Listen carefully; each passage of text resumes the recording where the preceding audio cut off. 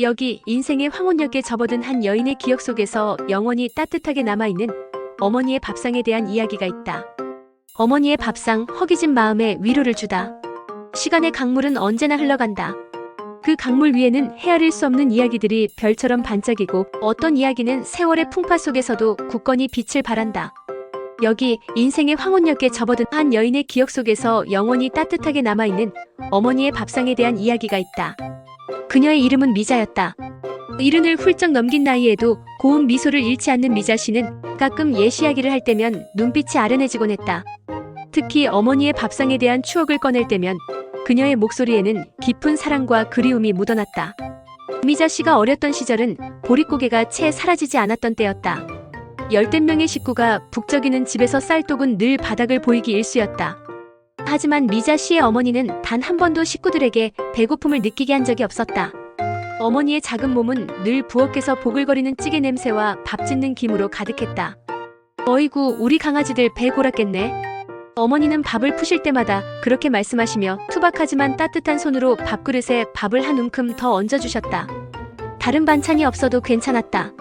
따끈한 흰쌀밥에 잘게 썰어 넣은 김치찌개 하나만 있어도 아이들은 세상 부러울 것 없이 맛있게 먹었다.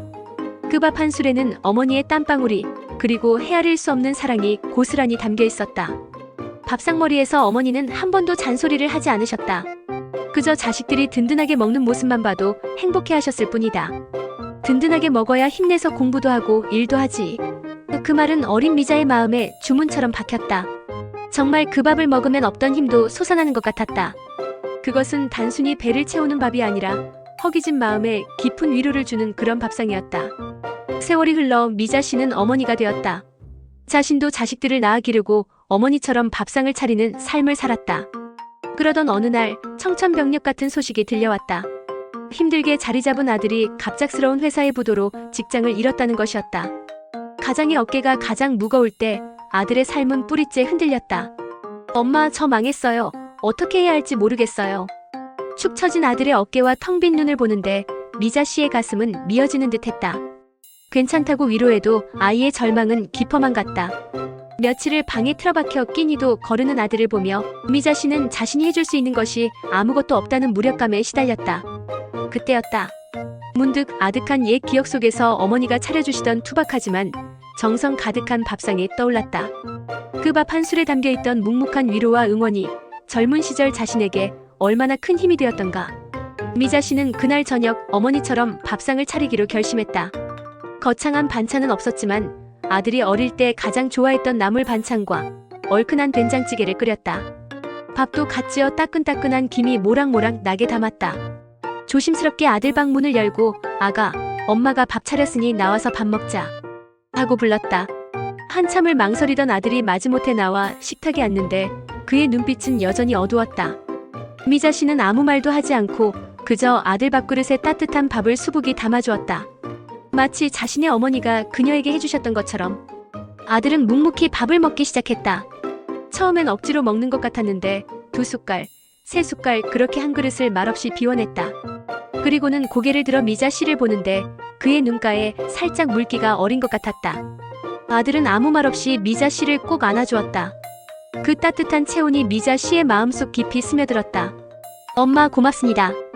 이 밥이 정말 따뜻해요. 어렸을 때 엄마가 해주셨던 그 밥 같아요. 그 말을 듣는 순간 미자 씨의 눈에도 뜨거운 눈물이 핑 돌았다. 그래, 어머니의 밥상은 단순한 음식이 아니었다. 그것은 곧 사랑이었고 절망의 구렁텅이에서 다시 일어설 수 있게 해주는 희망이었다. 미자 씨는 자신이 어렸을 때 어머니의 밥상에서 얻었던 위로와 용기를 이제는 자신의 아들에게도 줄 수 있게 되었음을 깨달았다. 그날 이후로 아들은 다시 힘을 내기 시작했다. 작은 일자리부터 시작해서 지금은 예전보다 더 씩씩하게 자기 삶을 꾸려나가고 있다.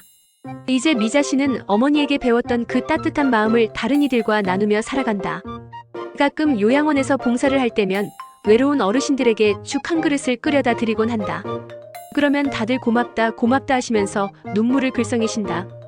그 눈빛을 보면 자신의 어머니가 자신을 보시던 그 따뜻한 눈빛이 떠오른다. 미자 씨는 안다.